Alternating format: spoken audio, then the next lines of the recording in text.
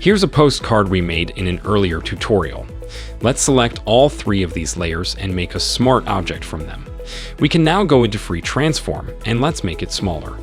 We'll rotate it around and hold Command or Control as we drag each of the corner points to make it look as if it's lying on the table in perspective. And hit Enter to make the shadow. Hold Command or Control and click on the layer's thumbnail. In the Layers panel, we'll make a new layer and we'll call it Shadow. And let's feather this selection by about 8 pixels. Fill the selection with a foreground color using Optional Out and Backspace. Deselect and move it behind our original layer and drag it down a bit, and let's reduce the opacity to 50%. Perhaps letting 5 on our keyboard back on our smart object. We can go back into Free Transform, switch to Warp mode, and now we can curl up the corners.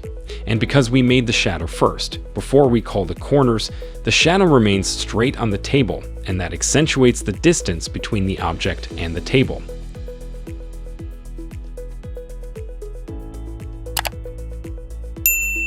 Quickly, hit the like button, and also don't forget to subscribe to our channel and hit the bell icon. Then you won't miss any upcoming tutorials.